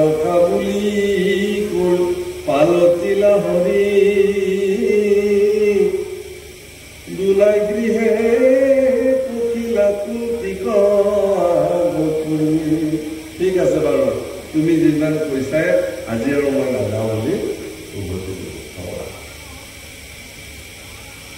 আর দুনাই যাইবে শান্ত স্ত্রী খবক প্রবুধি কাতর করিয়ার যারা তিলা নিরেধি সাত আঠ দুই অধ্যায়ৰ কথা গণিল ভীষ্ম উৎসৱ পঢ়িবে পুতে লইল হীৰাংগুত্ৰ হত্যা পাতক কৰিয়া যুধিষ্ঠিৰ মাধৱৰ প্ৰবোধে গুৰু হইল স্থিৰ অধিক বুলন্ত কৰি কৃষ্ণ কবিচাত বুজিলো সমস্তে তোমাৰ পুতনাত কান্দন্ত কৰিল বুলি তুহিৰ বিঘাত ব্যাসৰ বাক্যত নাহি ৰাজাৰ সন্যাত অহন্ত যতে যোগ্য যুগ প্ৰায়চিত নাহি শান্তি তথাপিতো লিপতিৰ চিত্ত ঈশ্বৰ ইচ্ছাত কোনে কৰিবে নিৰোধ ভীষ্মৰ মুখে অন্ত কৰাই বহু প্ৰবোধ পুত্ৰ হত্যা মহাপাপ কৰিলো বুলি মহাৰাজ যুধিষ্ঠিৰ ধৰ্মৰাজ যুধিষ্ঠিৰৰ মন অস্থিৰ হৈ দ্বাৰকাধীশ ভগৱান কৃষ্ণই বুজোৱাৰ পিছতো তেওঁৰ মন স্থিৰ হোৱা নাছিল যুধিষ্ঠিৰে কৈছে যে সব তোমাৰে পুতনা এইবিলাক প্ৰভুসকল কুৰুক্ষেত্ৰ যুদ্ধ চাবলৈ উদ্ধৱো আহিছিল উদ্ধৱে কুৰুক্ষেত্ৰ যুদ্ধ চালে বেছি সময় নাচালে গুচি গল কিয় নাচালে বোলে এইখন যুদ্ধ কি চাবা এইখন যুদ্ধ এজনে কৰি আছে কোনেও এইখন যুদ্ধ কৰা নাই বৰ্বৰিক নামৰ পৰম বীৰ পুৰুষ এজন আহিছিল আপোনালোকে জানে যে যিজনে মস্তক কাটি কৃষ্ণৰ চৰণ অৰ্পণ কৰিছিলে বৰ্বৰিকৰ প্ৰাৰ্থনা আছিল যে মই যুদ্ধখন চাব খুজিছো চিহ্ন মুণ্ডৰ গোটেই যুদ্ধখন চালে ভগৱানে তেওঁক দিব্য দৃষ্টি প্ৰদান কৰি থৈছিলে চাবা তুমি যুদ্ধখন চাবা সেইকাৰণে যুদ্ধৰ পৰিসমাপ্তিত পঞ্চভাতৃক লৈ ভগৱান কৃষ্ণ যেতিয়া বৰ্বৰিকৰ ওচৰলৈকে গ'ল বীৰ বৰ্বৰিকে ভগৱান কৃষ্ণক স্তুতি কৰিলে আৰু অৰ্জুনে বৰ্বৰিকক সুধিলে যে তুমিতো গোটেই যুদ্ধখন চালা বোলে চালো বোলে মোৰ পৰাক্ৰম কেনেকুৱা দেখিলা বৰ্বৰিকে খুব হাঁহিলে অৰ্জুনে বোলে কিয় হাঁহিলা তুমি বোলে ক'তনো তোমাৰ পৰাক্ৰম তুমি যুদ্ধ কৰিছা জানো মইতো তোমাক যুদ্ধ কৰা নেদেখিলো কোনে যুদ্ধ কৰিলে বোলে গোটেইখন যুদ্ধ ভগৱান কৃষ্ণ অকলেই যুঁজিলে তোমাৰ গান্ধীবৰ পৰা ওলাই যোৱা কলপাত এনে কাৰ তাতে লাগিবহে ভগৱানে লগাইছে গৈ পেলাই তোমাৰ হেৰিত লগা নাই গদাৰ প্ৰহাৰটো কিমান হেৰিত পৰিব সেইটো ভগৱানে দিছে তাত শক্তি তোমালোকৰ একো নাই ইয়াতে একদম মিছা অহংকাৰত মূৰ গৈ নাথাকিবা একো নাই তোমালোকৰ এই সকলো ঈশ্বৰৰ ইচ্ছা ভগৱান কৃষ্ণ তোমালোকৰ লগত আছে তেওঁ কৈছে কিহৰ কাৰণে কৈছে পৰিত্ৰাণায় সাধূনাম বিনাশায় দুষ্কৃতাম ধৰ্ম সংস্থাপনাৰ্থায় সম্ভৱামি যুগে যুগে বসুমতী মাতৃৰ কাতৰ প্ৰাৰ্থনাত ভগৱান কৃষ্ণ স্বয়ং দৈৱকী নন্দন হৈ আহিছে জগতলৈ 125 বছৰ কালখণ্ডলৈ এই 125 বছৰীয়া পৰিক্ৰমাত সমগ্ৰ পৃথিৱীৰ কোটি কোটি বীৰসমূহ কেনেকৈ নিধন কৰিব তাৰ প্ৰক্ৰিয়া ভগৱানে লৈ আহিছে কৰি পেলাই গতিকে 18 দিনীয়া কুৰুক্ষেত্ৰ মহাসমৰত যি 11 খনি সেনা দুৰ্যোধনৰ পক্ষত থিয় হৈছে সেই 11 খনি সেনা কেনেকৈ নিধন কৰিব লাগিব পৃথিৱীৰ ভাৰ কেনেকৈ হৰণ কৰিব লাগিব তাৰ পৰিকল্পনা ভগৱান কৃষ্ণই খুব কোমলকৈ কৰি লৈ অহা নাই হে অৰ্জুন তোমাক পৃথিৱীলৈ ভগৱানে লৈ আহিছে এইখন যুদ্ধ এগৰাকী প্ৰতিনিধি হিচাপে পৃথিৱীৰ ভাৰ হৰণ কৰিবলৈ কাৰ্য জগতৰ কল্যাণৰ কাৰণে সেয়া তেওঁ সম্পাদন কৰিছে। গতিকে এই কথা অৰ্জুনে কি ধৰণে বুজি পাইছে নাজানো, ধৰ্মৰাজ যুধিষ্ঠিৰে কিন্তু বুজিছে। সেইকাৰণে ধৰ্মৰাজ যুধিষ্ঠিৰে কৈছে যে এই সকলো তোমাৰ কৃষ্ণা তুমি কৰিলা, তুমি মোৰ দ্বাৰা মোক প্ৰতিনিধিত্ব কৰি তুমি মোৰ হাতেৰে মোৰ গোত্ৰ মানে বংশ কুটুম্ব ইষ্ট সকলোকে তুমি নিধন কৰিলা। মই এগৰাকী ধৰ্মগুৰু পুৰুষ হৈ নিজৰ গতি বংশ হত্যা কৰি পেলাই মই আজি ৰাজপাট ল'বলৈ ওলাইছো, ধিক্কাৰ। গতিকে স্বয়ং বেদব্যাসে আহি পেলাই তেওঁক বুজাইছে, বিভিন্ন যজ্ঞাদি প্ৰায়শ্চিত্তৰ কথা তেওঁ বৰ্ণন কৰিছে। কিন্তু মহাৰাজ যুধিষ্ঠিৰে কোনো যজ্ঞৰ দ্বাৰা তেওঁ কৰা গোত্ৰ হত্যা পাপৰ পৰা তেওঁ যে উদ্ধাৰ হ'ব এই কথা তেওঁ ভাবিব পৰা নাই, সন্তুষ্টি কৰিব পৰা নাই। ভগৱান কৃষ্ণ মনে মনে ভাবিছে যে যুধিষ্ঠিৰক বুজাবৰ কাৰণে এজন ব্যক্তি পৃথিৱীত বৰ্তমান বাচি আছে, সেইজন হ'ল পিতামহ ভীষ্ম। তাকো তেওঁ আছে এতিয়া সৰসজ্য। সেইকাৰণে সৰসজ্যত শুই থকা পিতামহ ভীষ্মৰ ওচৰলৈকে লৈ যাবৰ কাৰণে ভগৱান কৃষ্ণই প্ৰয়াস কৰিব। আর হেল মনে মানিলন্ত ঈশ্বর মাধবে গৈলা কুরুক্ষেত্র পাণ্ডব বান্ধবে কুন্তি আদি করি নারী তবে গৈলা লহরী মহাভাগবত ভীষ্ম যথা আছে পরি আর দেখি রাম দেখিলা ভীষ্মক সরসজ্জা তয়াসন্তে যেন পুরন্দর পাত ভুইলা স্বর্গহন্তে যত দেব ঋষি রাজ ঋষি ব্রহ্ম ঋষি নারদ প্রমুখে তৈতে মিহিনা হরিষি ব্যাপকুত বশিষ্ঠ প্রমুখে ঋষি রাজ ভীষ্মৰ আগত বুহি পাতিলা সমাজ। সকলোকে লৈ ৰণক্ষেত্ৰত পিতামহ ভীষ্মৰ ওচৰলৈকে ভগৱান কৃষ্ণই সকলো কুন্তি আদি বৰনাৰীসকল আহিছে, পঞ্চপাণ্ডৱ কৈছে, ঋষি সমস্ত গৈ পিতামহ ভীষ্মৰ সন্মুখত এখন বিশেষ সভা যেন আয়োজন হৈছে। সকলোৱে নিজ নিজ আসন গ্ৰহণ কৰিছে আৰু যেন ইন্দ্ৰ স্বৰ্গৰ পৰা প্ৰতিধ্বনি কৰি আছে তেনেধৰণে পিতামহ ভীষ্ম সৰসজ্জাত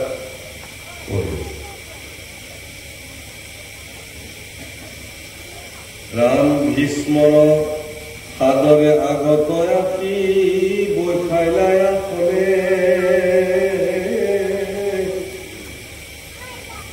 আৰ সবাক কৰিলা পূজা জাপ যেন বিধি কৃষ্ণক দেখিয়া যেন পাইলা নহব নিধি সাদৰে আগত আনি বৈঠাইলাই আসনে পাদ্য অৰ্ঘ ধূপ দীপ দিনা সদমানে।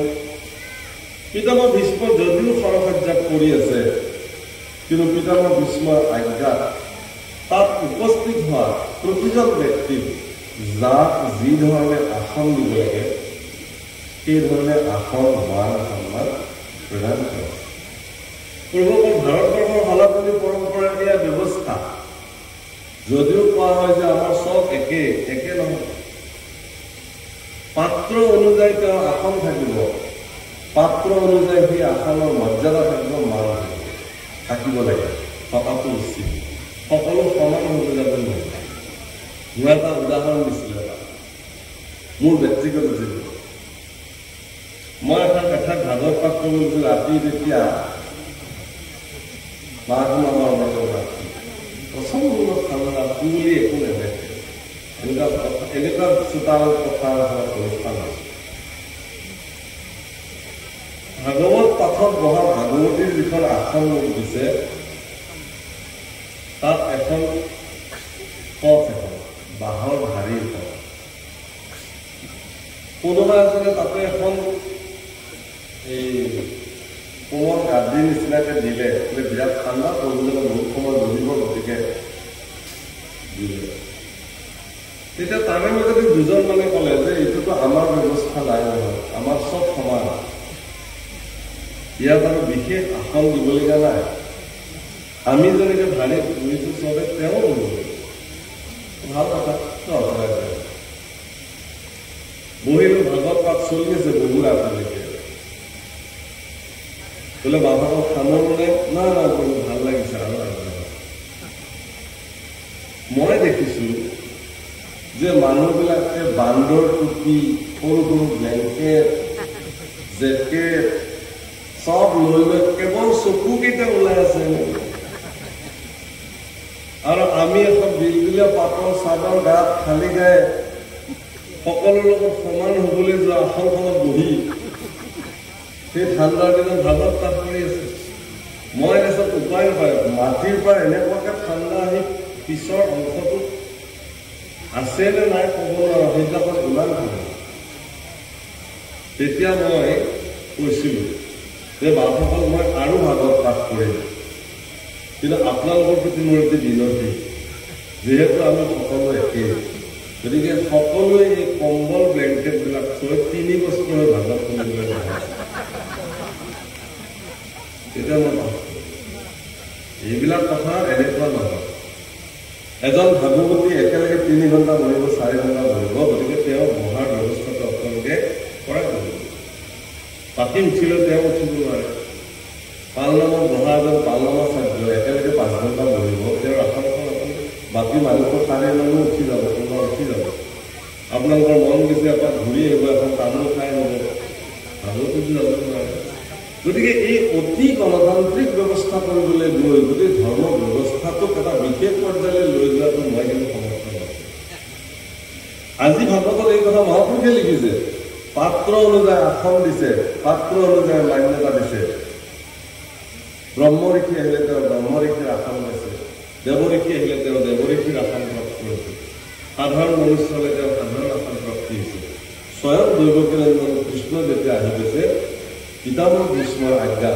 সন্মুখত এটা মান্য আসন প্ৰদান কৰি তেওঁ বিৰাজমান হ'বৰ কাৰণে গতিকে সমাজত পাত্ৰ অনুযায়ী আসন পালন কৰিব পাৰে এইটো ঠিক আৰু এইটো থাকিব লাগিব নহ'লে সমাজ বেলেগ ফালে গতি কৰিব দৃষ্টিত একে আমাৰ কোনো দৃষ্টিত একে হ'ব লাগিব ভকত মানে আমি চব ভকত ইয়াত আৰু ডাঙৰ ভকত কোনো ভকত বুলি নাই কিন্তু তেওঁৰ কৰ্ম সামাজিক দায়বদ্ধতা অনুযায়ী তেওঁৰ ব্যৱস্থা সম্পূৰ্ণ সলনি হ'ব লাগিব এইটো ব্যতিক্ৰম হ'বই লাগিব আৰু যিয়ে নহওক সেইমতে তেওঁলোকক আসন দিছে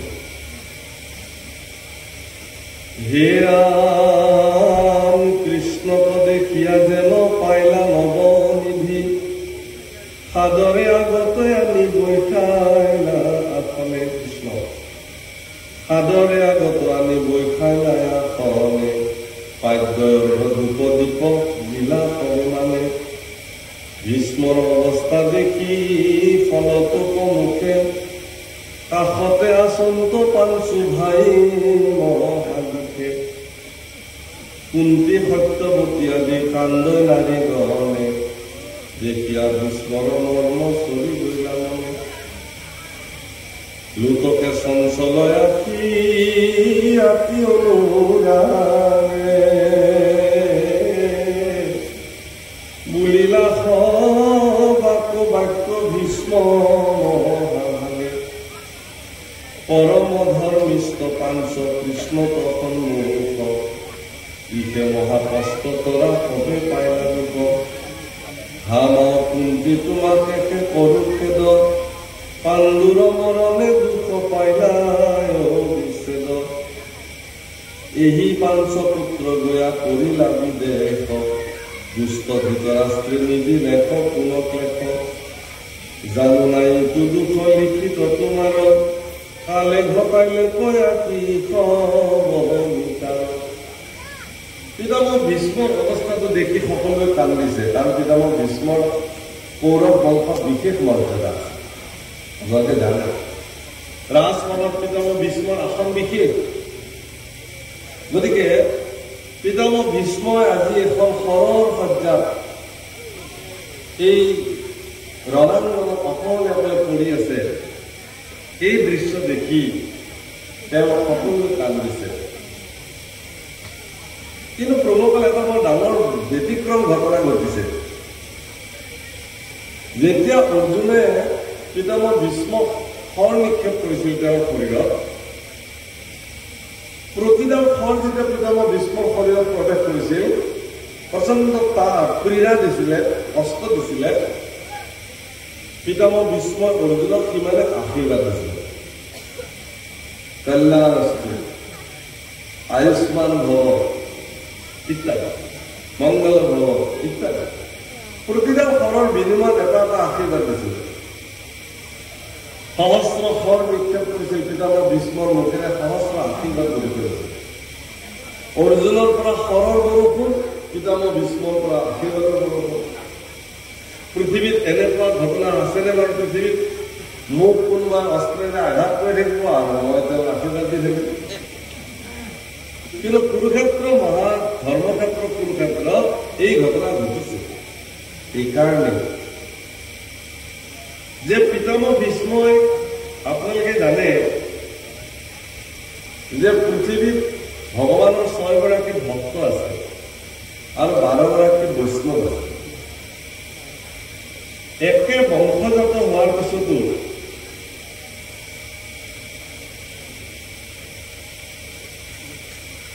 মহামতী বিদুৰ তেওঁ ভক্তৰ তালিকাত পৰিলে, কিন্তু পিতামহ ভীষ্ম বৈষ্ণৱৰ তালিকাত।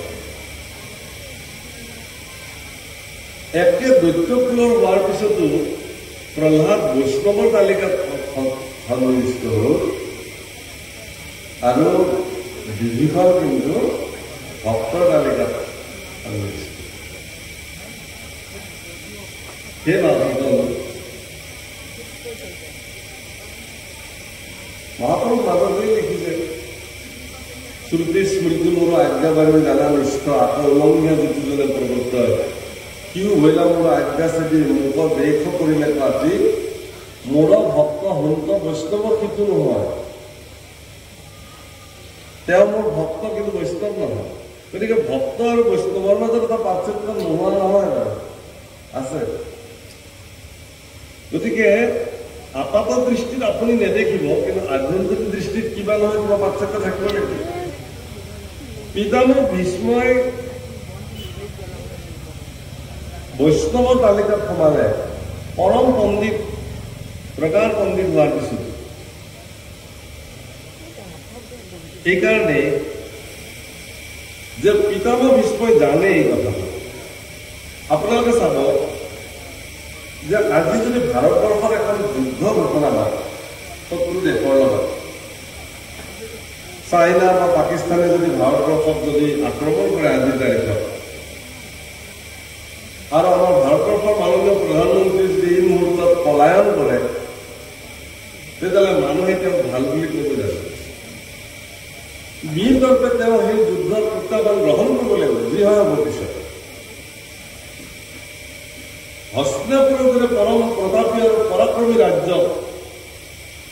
যুধিষ্ঠিৰে প্ৰত্যাহ্বান জনাইছে যুদ্ধৰ কাৰণে, লালকাৰ কৰিছে। আৰু সেই মুহূৰ্তত হস্তিনাপুৰৰ প্ৰধানমন্ত্ৰীৰ পদত অধিষ্ঠিত হৈ থকা মহামতী বিদুৰে তেওঁৰ পদৰ পৰা ইস্তফা দি তীৰ্থ ভ্ৰমণলৈ গৈছে। বোলে মই এইবোৰ যুদ্ধ কৰিবলৈও নাই আৰু এইবোৰত মই নাই। এইটো কোৱাৰ কাৰণটো কি? কিয় পাৰিলে? এই কাৰণেই পাৰিছিলে যে মহামতী বিদুৰে যদিও প্ৰধানমন্ত্ৰী হিচাপে আছিলে, তেওঁ দুৰ্যোধন বা ধৃতৰাষ্ট্ৰৰ এটা লাল পইচাৰো তেওঁ অনুগ্ৰহত তেওঁ জীৱন নিৰ্বাহ কৰা নাছিল। ধৃতৰাষ্ট্ৰৰ দ্বাৰা উপাৰ্জিত অন্ন তেওঁ এটি সুদকণ গ্ৰহণ কৰা নাছিলে। কোনো ধৰণৰ ৰাজকীয় সুখ স্বাচ্ছন্দ্য তেওঁৰ জীৱনত তেওঁ কেতিয়াও ৰজাৰ পৰা গ্ৰহণ কৰা নাছিলে। মাত্ৰ তেওঁক প্ৰধানমন্ত্ৰীৰ দায়িত্ব দিছিলে কাৰণে তাক নিৰ্বাহ কৰিবৰ কাৰণে কৰিছিলে। সেইকাৰণে তেওঁ এৰি দিবলৈ তেওঁৰ কাৰণে বেছি সময় নহ'ল। আৰু মই প্ৰধানমন্ত্ৰী, মোৰ কথা চলিব লাগিব, যদি নচলে মই ইয়াত এৰি দিম। কাৰণ মহাভাৰতত যি বিদুৰ নীতি আছে, ইয়াতকৈ আৰু শ্ৰেষ্ঠ নীতি পৃথিৱীতেই নাই। গতিকে মহামতী বিদুৰৰ যি নীতি, সেই নীতি ইমানেই উচ্চস্তৰীয় আছিল, সেই নীতিৰ সূত্ৰত তেওঁ কি কৰিছে, যুদ্ধৰ প্ৰাক মুহূৰ্তত তেওঁ প্ৰধানমন্ত্ৰীৰ পদ পৰিত্যাগ কৰি তীৰ্থ ভ্ৰমণলৈ গুচি গৈছে। সেইকাৰণে ভগৱান কৃষ্ণ প্ৰয়াণৰ সময়ত মৈত্ৰী আৰু উদ্ধৱ দুজনাকে কৈছে যে মোৰ প্ৰাণৰ বিদুৰ মোৰ কাষত এই মুহূৰ্তত নাই, তেওঁ বিদুৰতে থাকিলে। গতিকে মই যিখিনি অমৃত কথা তোমালোকক ক'লো, তোমালোকে যেন বিদুৰক ক'বা সেইখিনি কথা। প্ৰভুকৰ পিতামহ ভীষ্মই কিয় গুচি যাব নোৱাৰিলে? তেওঁতো একোৱেই নাই, নে বিবাহ কৰিছে, নে তেওঁ ৰজা হোৱাৰ কিবা বাসনা আছে, এইবোৰতো নাই। কিন্তু পিতামহ ভীষ্মই এৰি আহিব নোৱাৰিলে। ইচ্ছা কৰিলে পিতামহ ভীষ্মৰ ক'ব লাগিছিল যে হে বিদুৰ, মই তোমাৰ লগত যাওঁ, এইবিলাক ইহঁতে যি কৰে তাকে কৰি থাকিব, আমাৰ কথাটো নুশুনে দুৰ্যোধনে। কিন্তু পিতামহ ভীষ্মই এই কামটো নকৰিলে। অৰ্থাৎ পিতামহ ভীষ্মই যিটো নীতিৰ বান্ধৰ মাজত থাকিব লাগে, সেই বান্ধৰ বান্ধ খুলি তেওঁ বাহিৰলৈ আহিব নোৱাৰে। কিন্তু সেইকাৰণে তেওঁ বিধি কিংকৰ হৈ থাকিলে। বিধি মানে নীতিৰ কিংকৰ হৈ থাকিলে। মহামতী বিদুৰ কিন্তু নীতি কিংকৰ, বিধি কিংকৰ নহয়, তেওঁ অবিধি কিংকৰ। এজন ভক্ত হ'বৰ কাৰণে তেওঁৰ শ্ৰেষ্ঠ গুণটো হ'ল কি তেওঁ অবিধি কিংকৰ হ'ব পাৰিব। পিতামহ ভীষ্মই নোৱাৰিলে। পিতামহ ভীষ্ম এইকাৰণেই নোৱাৰিলে প্ৰভুসকল, পিতামহ ভীষ্মৰ পৰিচয়টো এইটোৱেই জগতত যে তেওঁৰ মুখেৰে যি বাক্য ওলাইছে সেই বাক্য জগতত তেওঁ কেতিয়াও নস্যাৎ কৰা নাই। মই জীৱনত বিবাহ নকৰোঁ, নাই কৰোঁ। হস্তিনাপুৰৰ সিন্ধাসনত মই কেতিয়াও অধিষ্ঠিত নহওঁ, নাই হোৱা। ৩ নম্বৰটো কৈছিল যে হস্তিনাপুৰৰ সিন্ধাসনক যদি কোনোবাই প্ৰত্যাহ্বান জনায়, তেওঁ যিয়েই নহওক তাৰ বিপৰীতে মই সজোৰে অস্ত্ৰ শস্ত্ৰেৰে থিয় হওঁ। কিন্তু তেওঁৰ জীৱনত যে এনেকুৱা দুৰ্ভাগ্য আহিব তেওঁ ভবা নাছিল যে তেওঁৰ আটাইতকৈ প্ৰিয়তম, প্ৰাণ প্ৰিয়তম যুধিষ্ঠিৰ আজি তেওঁৰ সন্মুখত বিৰোধী পক্ষ হৈ থিয় হৈছে আৰু তেওঁ সেনাপতি হিচাপে তেওঁৰ বিৰোধীয়ে থিয় হৈছে। এনেকুৱা দিন তেওঁৰ জীৱনত আহিব বুলি তেওঁ কেতিয়াও ভবা নাছিলে। আৰু এইটো তেওঁ পালন কৰিবলৈ হ'লে এইকাৰণে যে তেওঁ দুৰ্যোধন দুঃশাসনৰ পৰা পাপ অন্ন যি গ্ৰহণ কৰিছিলে জীৱনত, সেই পাপ অন্ন সমস্ত শৰীৰ সপ্ত ধাতু পাপ অন্নৰ দ্বাৰা পৰিচালিত হৈ থাকে। সেইকাৰণে অৰ্জুনক তেওঁ আশীৰ্বাদ প্ৰদান কৰিলে এইকাৰণেই যে হে অৰ্জুন, তোমাৰ প্ৰতিডাল শৰে মোৰ শৰীৰক আঘাত কৰিছে আৰু মই শৰৰ সজ্জাত এতিয়া শুই থাকিম আৰু প্ৰতিডাল শৰেৰে মোৰ জীৱনৰ প্ৰতিজ্ঞাৰ দায়বদ্ধতাত থাকি দুৰ্যোধন দুঃশাসনৰ দৰে পাপী দুৰাচাৰীৰ পৰা উপাৰ্জিত অন্ন খাই মোৰ শৰীৰত যি পাপ ৰক্ত সৃষ্টি হৈছিল, সেই পাপ ৰক্ত এটুপ এটুপকে শৰীৰৰ পৰা যেতিয়ালৈকে ওলাই শেষ হৈ নাযায় তেতিয়ালৈকে মই প্ৰাণে ত্যাগ হয়। এই সংকল্প আৰু এই মহাকৰ্ম সম্পাদক কৰাত সহায় কৰিলে অৰ্জুনে। সেইকাৰণে তেওঁক আশীৰ্বাদ কৰিছে, ধন্যবাদ তুমি মোক এই কৰ্ম সাধন কৰিছা। সেইকাৰণে দুৰ্যোধনে কৈছিলে যে পিতামহ ভীষ্ম যেতিয়ালৈকে প্ৰাণ ত্যাগ নকৰে হস্তিনাপুৰৰ পৰা খাদ্য সমস্ত ইয়াত যোগান ধৰা হয়। পিতামহ ভীষ্ম কৈছিল না না না, মইতো তোমাৰ কৰ্মচাৰীহে আছিলো, আজিৰ পৰাতো মই নিষ্কৰ্ম হৈ গলো, গতিকে তোমালোকৰ আহাৰ আৰু মই গ্ৰহণ নকৰো। যিজনে মোক সৰসজ্জা দিছে তেওঁৱে মোক আহাৰৰ ব্যৱস্থা কৰিব লাগিব। আৰু অৰ্জুনে পাতালী গংগা তেওঁৰ মাতৃ গংগাক আহ্বান জনাইছিল আৰু গংগা আহি পেলাই তেওঁৰ মুখত জল কৰিছিল আৰু মাতৃয়ে তেওঁক সেই যেতিয়ালৈকে তেওঁ প্ৰাণ ত্যাগ কৰিছিল, অৰ্থাৎ কেতিয়ালৈকে কৰা নাছিল, সূৰ্য যেতিয়ালৈকে এই উত্তৰায়ণ নহয়। প্ৰভুকৰ সূৰ্য উত্তৰায়ণটোৰ আধ্যাত্মিক তাৎপৰ্য হ'ল এইটোৱেই যে আমাৰ শৰীৰত যি 6 চক্ৰ আছে, নাভি কমলৰ পৰা তলৰ যি 3 চক্ৰ আৰু তাৰ ওপৰৰ পৰা যি 3 চক্ৰ, এই 6 চক্ৰত মনৰ স্থিতি ক'ত? যদি নাভি কমলৰ পৰা ওপৰৰ চক্ৰত যদি মনৰ স্থিতি লভিছে তেতিয়াহ'লে তেওঁ উত্তৰায়ণত আছে তেওঁ, আৰু যদি তলৰ স্থিতিত আছে তেওঁ দক্ষিণায়নত আছে। পিতামহ ভীষ্ম ইমান দিনে দক্ষিণায়নতে আছিল। যেতিয়া পাপ অন্নৰ দ্বাৰা গঠিত সমস্ত ৰক্ত তেওঁৰ শৰীৰৰ পৰা ওলাই গ'ল, পুণ্য পবিত্ৰ পতিত পাৱনী গংগা জল তেওঁৰ শৰীৰত প্ৰৱেশ কৰি তেওঁ বিশুদ্ধ কৰি পেলালে, তেতিয়া তেওঁ লাহে লাহে লাহে লাহে মন কৃষ্ণমূৰ্তি ধাৰণ হ'ল, উত্তৰায়ণ হ'বলৈ আৰম্ভ কৰিলে, উত্তৰে যাবলৈ আৰম্ভ কৰিলে। আৰু তেতিয়া তেওঁ সিদ্ধান্ত ল'লে যে মই এতিয়া জীৱনৰ পৰা, কাৰণ যদি তেওঁ দক্ষিণায়নত প্ৰাণ ত্যাগ কৰিলেহেঁতেন তেতিয়াহ'লে তেওঁৰ পুনৰ জন্ম জগতত আহি পেলাই তেওঁ পুনৰ নিকাৰ ভুঞ্জিব লাগিলে। সেই প্ৰভুসকল খুব সুন্দৰকৈ এই কথাবিলাক ইয়াত বৰ্ণন কৰিছে। আপোনালোকে চাব যে ভগৱান কৃষ্ণই তেওঁক লৈ আহিছে কিহৰ কাৰণে তেওঁৰ ওচৰলৈকে পঞ্চপাণ্ডৱক লৈ আহিছে যে যুধিষ্ঠিৰৰ মনত থকা যিটো খেদ, যুধিষ্ঠিৰৰ মনত থকা যিটো আক্ষেপ, সেই আক্ষেপৰ যিটো মায়াজাল তাক অতৰাবৰ কাৰণে ইতিমধ্যে পৰম পবিত্ৰ হৈ উত্তৰায়ণমুখী হোৱা পিতামহ ভীষ্মৰ দৰে পৰম জ্ঞানী পুৰুষে যুধিষ্ঠিৰক মানসিকভাৱে সন্তুষ্টি প্ৰদান কৰে।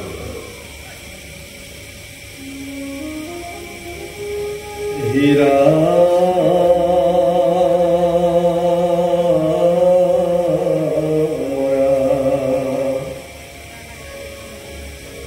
আর এই পাঁচ পুত্র গয়া করিলা বিদেশ,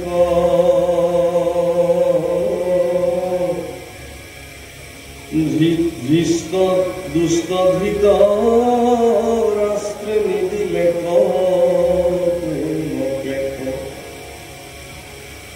হেরা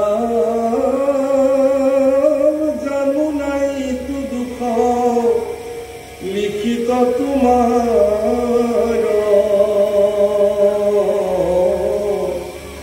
কালে ঘটাইলে কয়াকি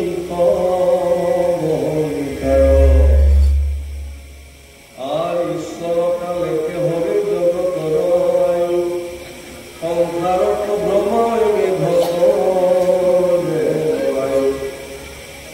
ধন জন জীবন দিলেকে পরে সহীন কারো অন্তর দিবে হেন নাহি একজন অতীয় ঘটন কুধ তারে কালে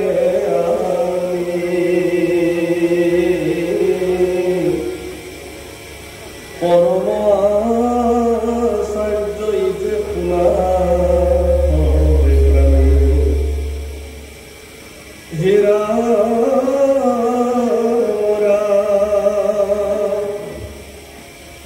আর জৈত ধর্ম রাজা গদা পানি বৃকুদর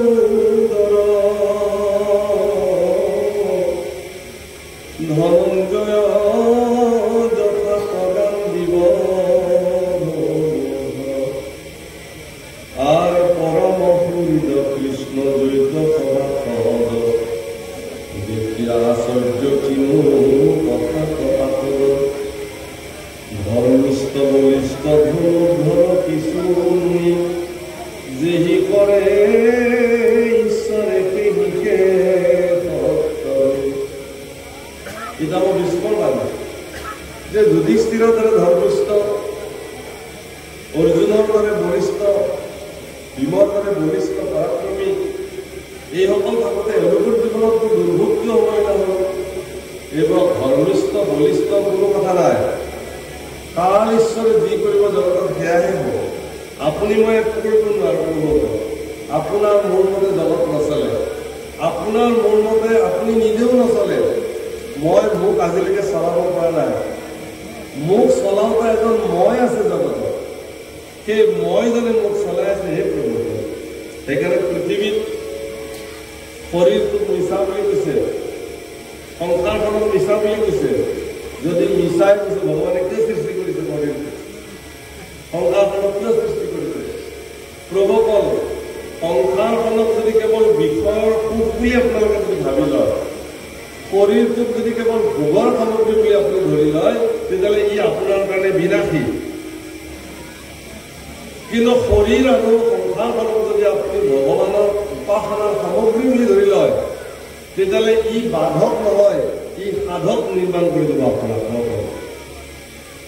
গতিকে সেই প্ৰভুসকল খুব সুন্দৰ কথা ওলাইছিল, কিন্তু সময় মানে নিৰ্দেশনা দিছে। আজি কালৰ কথাই ওলাই আছে, সকলো কালেই কৰে, আপুনি মই কৰিব নোৱাৰো। একেলগে মোক 2 বজাত ভাগৱত পঢ়াব খুজিছিল, কিন্তু একেলগে ভাবিলেই নহ'ব নহয়। কাল ৰূপী ঈশ্বৰে যিখিনি সময়ত বহুৱাব সেইখিনি সময়তে মই কৰিব লাগিব।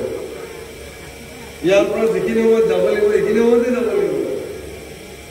গতিকে ভগৱানে সকলো শক্তি সকলোকে দিছে, কিন্তু 3টা বিশেষ শক্তি ভগৱানে নিজৰ হাতত ৰাখিছে, তাকো নিজে আজিলৈকে দিয়া নাই।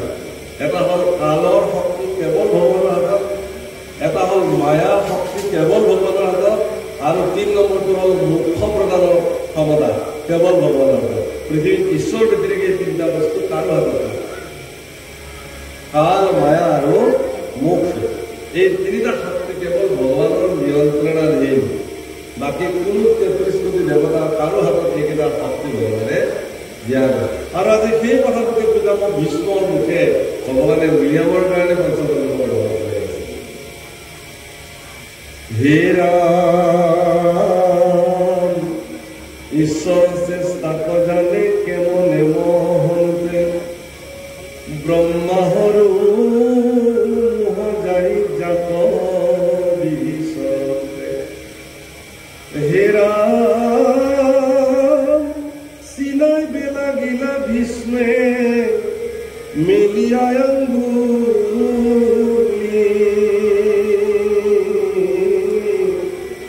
ওৰে হেনতে হে ঈশ্বৰ কৃষ্ণ আঙুলিৰে একদম স্পষ্ট কৰি ভগৱান কৃষ্ণক দেখুৱাই কৈছে যে এইজনে কাল, কালৰ কাল, মহাকাল, এইজনে ঈশ্বৰ। তোমালোকে যাক ইমান দিনে কোনোবাই ভাবি আছা যে আমাৰ সৰু ভাই, কোনোবাই ভাবি আছা সখী, কোনোবাই ভাবি আছা আমাৰ ড্ৰাইভাৰ ট্ৰক চলাইছিলে, কোনোবাই ভাবি আছিলা আমাৰ বিপদ বন্ধু। না নহয়, এইজনে কালৰ কাল, মহাকাল, যাৰ নিৰ্দেশত চন্দ্ৰ সূৰ্য সকলো গছৰ পাত এটাও যাৰ আজ্ঞা অবিহনে নলৰে, বায়ু নবলে, সূৰ্য প্ৰকাশিত নহয়, সাগৰে পাৰ নলংগে যাৰ আজ্ঞা নোহোৱাকে, হে প্ৰভু বিশ্ব ব্ৰহ্মাণ্ডৰ এটা ধূলি কণিকাও লৰচৰ হ'বৰ কাৰণে যাৰ আজ্ঞা বাট চাই থাকে, সেইজনে কালৰ কাল, মহাকাল, এইজনে তোমালোকৰ সন্মুখত সোমাই লৈ আছে। এই বুলি পিতামহ ভীষ্মই ভগৱন্ত পুৰুষক দৈৱকীনন্দন কৃষ্ণকে স্বয়ং কালৰ কাল, মহাকাল বুলি দেখুৱাইছে। হে ৰাম সম্প্ৰতি সন্ত হুয়া দৈৱকীনন্দন দৈৱকীতনয় আন্তে হুই জগতৰে সৃষ্টি স্থিতি লয়। হে ৰাম কৌতি ব্ৰহ্মাণ্ডৰ নাথ এন্তে মহাহৰি মায়ায়ে লোকক মোহি আছা সৎমধুৰী। আর কিনো পাণ্ড পুত্র তোমার খারা মহাভাগ পাইলাহা গৃহতে হেন ঈশ্বর আর পাঞ্চা বিতক করা কত আরো চির খবর ভূয়া মন্ত্রী ভূয়া বুঝান কথা মান্য দেবর তাহার চরণে আয়ে চিত্ত পরিস্থির করা প্রতি পাল রাজা প্রজা রাজা যুধিষ্ঠির। এই যুধিষ্ঠির, ই মহাভাগ্য তোমালোকৰ, এই জগতৰ ঈশ্বৰ, নিজৰ সমগ্ৰ বিশ্ব ব্ৰহ্মাণ্ডৰ মালিক, কালৰ কাল, মহাকাল, দৈৱকীতনয় হৈ আছে। এনে কি মহাভাগ্য যে তোমালোকৰ গৃহত আহি তেওঁ আছে। কেতিয়াবা যদি মন্ত্ৰীৰ ভূমিকা লৈছে, কেতিয়াবা ভাতৃৰ ভূমিকা লৈছে, কেতিয়াবা সখীৰ ভূমিকা লৈছে, কেতিয়াবা ৰথৰ সাৰথী নিকৃষ্ট কৰ্মজীৱী জগতত সেই দায়িত্ব গ্ৰহণ কৰিছে। গতিকে কি ভাগ্য। গতিকে তোমালোকে এইজনা কৃষ্ণৰ দুখানি অভয় চৰণতে চিত্ত প্ৰাণ অৰ্পণ কৰি সেই যুধিষ্ঠিৰ তুমি প্ৰজাসমূহক পালন কৰা, পিতামহ ভীষ্মই আজ্ঞা। আৰু পিতামহ ভীষ্মৰ শ্ৰীমুখে এই আজ্ঞা আনিবৰ কাৰণে ঈশ্বৰ পুৰুষে তেওঁ তালৈকে লৈ আছে। আর দান ধর্ম, রাজধর্ম, মোক্ষ ধর্ম সয় কহিলা সে দিলা তান মনর সংশয় নাহি ভাগবত ধর্ম সমান নগর কৃষ্ণ অচিলাইলা এমতে পরম ঈশ্বর ভগত বৎসল কৃপাময় মহাহরি তাহাল পাওত বাপ থাকা যে দান ধর্ম, রাজধর্ম, মোক্ষ ধর্ম সকলো কথা এক এক এক এক। কাৰণ পিতামহ ভীষ্ম এগৰাকী প্ৰসিদ্ধ ৰাজনৈতিক ব্যক্তি, ৰাজনৈতিক জ্ঞান পিতামহ ভীষ্ম বিচক্ষণ আছিলে। আৰু সেই তেওঁ বিচক্ষণতাৰে যুধিষ্ঠিৰক ৰাজধৰ্ম, দান ধৰ্ম, প্ৰজা ধৰ্ম কেনেকৈ সকলো কথা ক'লে। আৰু শেষত ক'লে যে ভাগৱত ধৰ্ম সমান আৰু শ্ৰেষ্ঠ ধৰ্ম নাই। তুমি দৈৱকীনন্দন কৃষ্ণৰ দুখানি অভয় চৰণ নিজক সমৰ্পিত কৰা আৰু ভাগৱতে দেখুৱাই থোৱা পৰম ধৰ্মৰে তুমি গতি কৰা। তোমাৰ কল্যাণ হ'ব হে বাচা, তোমালোকে এই ধৰণে আগবঢ়া, এই উপদেশ তেওঁ প্ৰদান কৰিছে। গতিকে হে প্ৰভুসকল, হে ৰাম,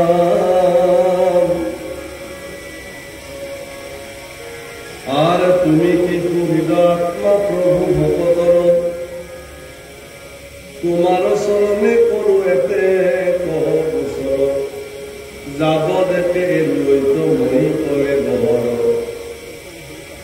আপনক আপেক্ষিবা বাপ গদাধর, এতে কেবলন্ত প্রেমে পুরিলা ভীষ্মক, পিরিল ভীষ্মক, ধারে বহি যাই দুই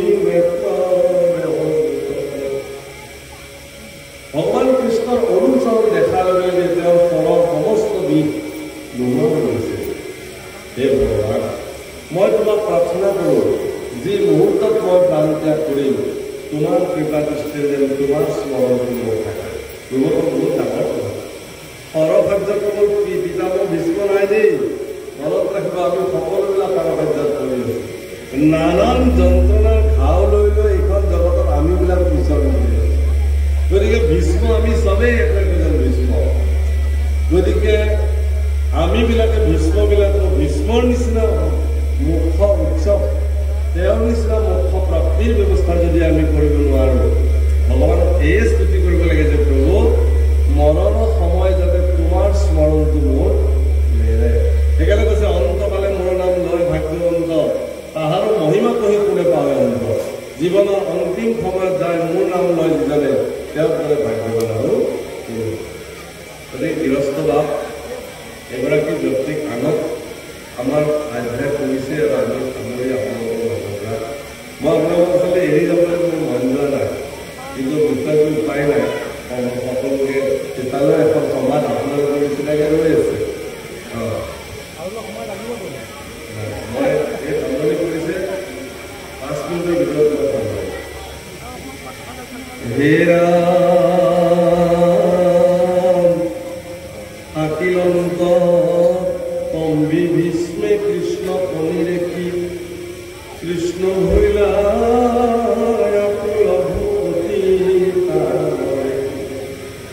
প্ৰেমে ক্ৰীড়া কৰিছে প্ৰভুসকল। বৰ ডাঙৰ শব্দ ব্যৱহাৰ কৰিছে, প্ৰেমে ক্ৰীড়া কৰিব লাগে। হৃদয় যন্ত্ৰণাৰ ক্ৰীড়া কৰা বাদ দিব সিদিনাখন আপোনাক, যিদিনাখন ভগৱানৰ প্ৰতি প্ৰেমে আপোনাক ক্ৰীড়া কৰিবলৈ আৰম্ভ কৰে। দুটা একথা নাথাকে, কিন্তু আমাৰ মনত বিষয়ী ক্ৰীড়াই বেছিকৈ ক্ৰীড়া কৰে, সেইকাৰণে ভগৱানৰ ক্ৰীড়াটো আমাৰ তাতে নাহে। গতিকে ভগৱানৰ প্ৰতি যিটো প্ৰেমৰ ক্ৰীড়া তেওঁ ক্ৰীড়া কৰিবলৈ আৰম্ভ কৰে পিতামহ ভীষ্মক, ভগৱন্তৰ প্ৰতি থকা এই প্ৰেমৰ ক্ৰীড়া দেখি ভগৱানো তেওঁৰ প্ৰতি আকুলি কৰিব। এই যে ভকতৰ প্ৰেমৰ ক্ৰীড়া আৰু ভগৱানৰ কৃপাৰ ক্ৰীড়া, এই দুটা পৰিপূৰকভাৱে যিদিনাখন লগ হয়, সেইদিনাখনে ভকতৰ মুখ্য প্ৰাপ্তি হয়। ভকত আৰু ভগৱান অভিন্ন হয়, তেতিয়া আৰু কোনেও তেওঁলোকক প্ৰভেদ কৰিব। সেইকাৰণে কৈছে, মই এনে ভকতৰ নাহিকে অনুভৱ।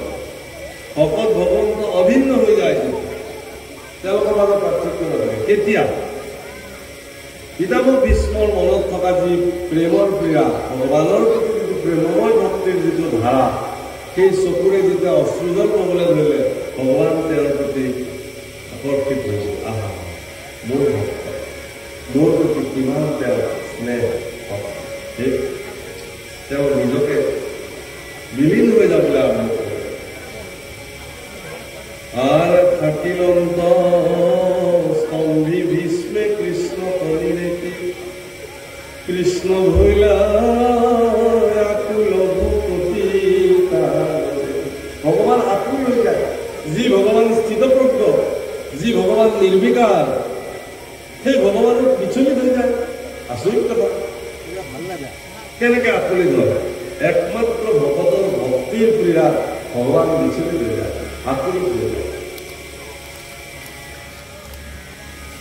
হে ৰাম শুনা সভা পদ পদ মহাভাগৱত,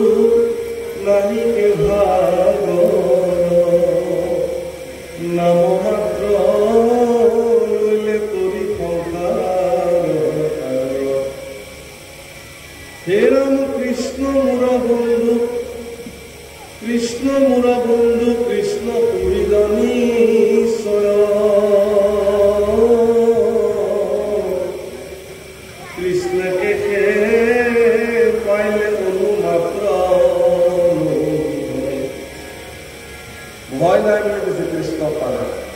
ভয় কিয়? ভয় থাকিলে কি হ'ব? ভয় থাকিলে আপুনি আত্যন্তিক সুখৰ পৰা বঞ্চিত হৈ থাকিব। আত্যন্তিক সুখ নহ'লে আপুনি আত্যন্তিক প্ৰলয়ত আপুনি লীন যাব নোৱাৰিব। আত্যন্তিক প্ৰলয়ত লীন যাব নোৱাৰিলে আপোনাৰ ভগৱানৰ প্ৰাপ্তিয়ে নহ'ব। ভগৱানৰ প্ৰাপ্তি নহ'লে মনুষ্য জীৱন ধৰাৰ কোনো সাৰ্থকেই নহ'ব। নিবিড় অৱসিদ্ধ সংবাদত প্ৰথম প্ৰশ্ন আছিল আত্যন্তিক সুখ কাক বোলে?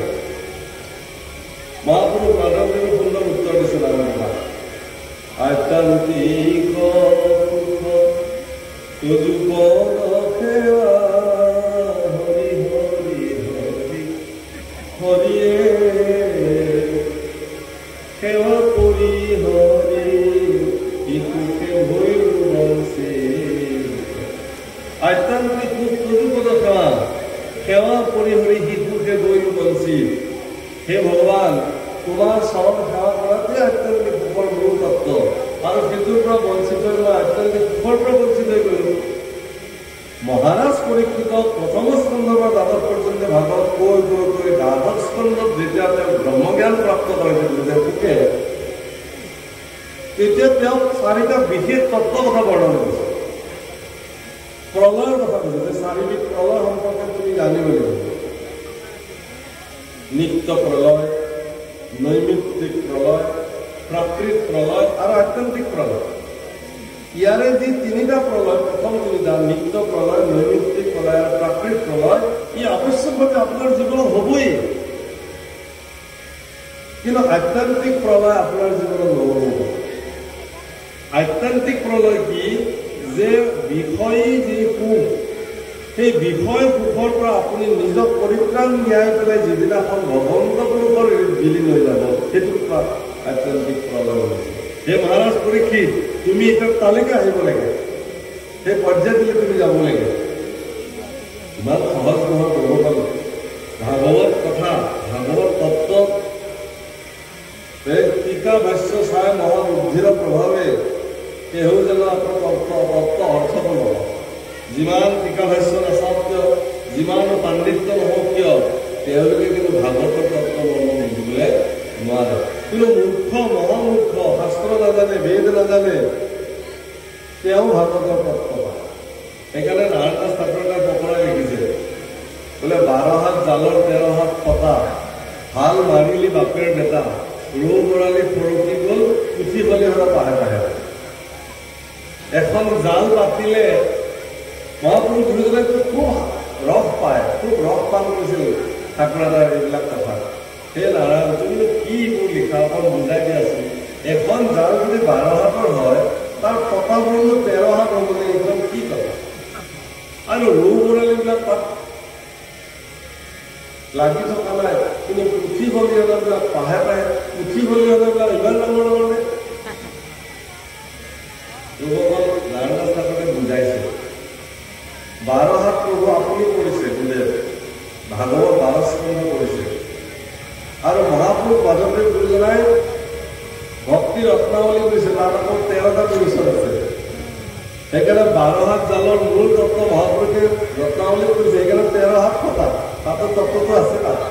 সেইকাৰণে এটা এটা বিৰোচনত শ্ৰৱণ বিৰোচন, কীৰ্তন বিৰোচন, ভক্তি বিৰোচন, অৰ্চন বিৰোচন, দাস্য বিৰোচন, প্ৰদৰ্শন বিৰোচন, একদম সৰল বিৰোচনলৈকে মূল ভাগৱতৰ মূল তত্ত্ব। আৰু এইবিলাকত বৰ বৰ পণ্ডিতবিলাকে একো বুজি নাপায়, তেওঁলোক পৰকি গৈছে। কিন্তু একো নজনা সাধাৰণ মানুহে কিন্তু ইয়াৰ মূল ৰস পান কৰিবৰ কাৰণে পাহে পাহে ভাগৱতৰ প্ৰতিটো পদত ৰস আস্বাদন কৰে, ৰত্নাৱলীৰ প্ৰতিটো পদত ৰস আস্বাদন কৰে। সেইকাৰণে কৈছে 12 হাত জালৰ 13 হাত ফটা, ভাল লাগিলে বাপেৰ বেটা, ৰৌ বৰালি ফৰকি গ'ল, পুথি খলিহনা পাহে পাহে। গতিকে হে প্ৰভুসকল, আমিতো অজ্ঞানী মূঢ়মতি, এইটো নিশ্চিত, আমি স্বীকাৰ কৰিছোঁ। ভাগৱত শাস্ত্ৰ বুজিবৰ কাৰণে ভাগৱত মহাসমুদ্ৰৰ পাৰতে কিলি পাৰি উমলি থকা আমি এটা শিশু। মানুহে জগন্নাথলৈ যেতিয়া ফুৰিবলৈ যায়, তীৰ্থভ্ৰমণ যায় সাগৰৰ পাৰ দেখাৰ লগে লগে উত্তাপৰ হৈ যায় কেতিয়াও নেদেখা বস্তু ডাঙৰ ডাঙৰ ঢৌবিলাক যেতিয়া পাৰত আহি খুন্দা খায় তাত যেতিয়া স্নান আচৰণ কৰে বয়োজ্যেষ্ঠ মানুহবিলাকক দেখা পাওঁ সৰু ল'ৰা ছোৱালীৰ নিচিনা কিৰিলি পাৰি পাৰি তাত স্নান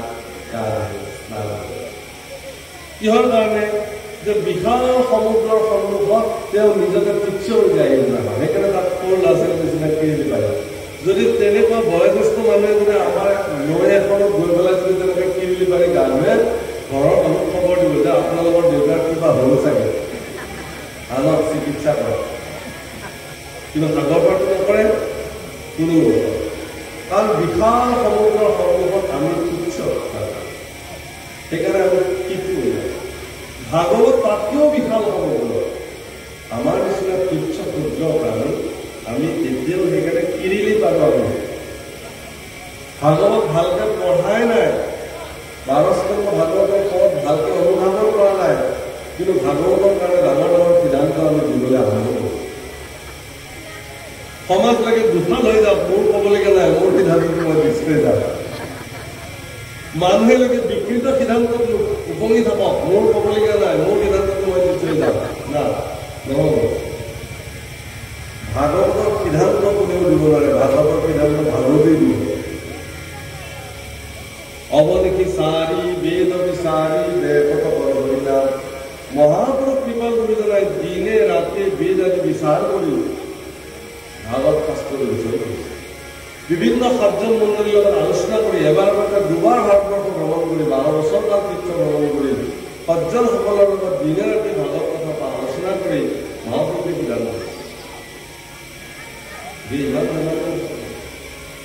সেইকাৰণে কৈছে আৰ কৃষ্ণ বন্ধু কৃষ্ণ কুহিদ নিশ্চয় কৃষ্ণকে পাইলে অনুমাত্ৰ এই তত্ত্ব জানে যিটো সেই মহান জ্ঞানী সেই মহাগুৰু সেই জন্ম ছত্ৰপাণী হেন জানি ভকতিত কৰি বিশ্বাস অচিৰ জীৱন ধন জন হে রাম খনি কত নেথাকে মধর যেন স্বপ্ন আর অর্থে নির্বা কৃষ্ণর পাদ পদ্ম রাম কাল অধরে গিলে দিলে কেন কৃষ্ণর শরণে লই পথরে পড় কৃষ্ণর কি করে কহে ইকে তত্ত্ব সার রাম রাম হোক পুরুষ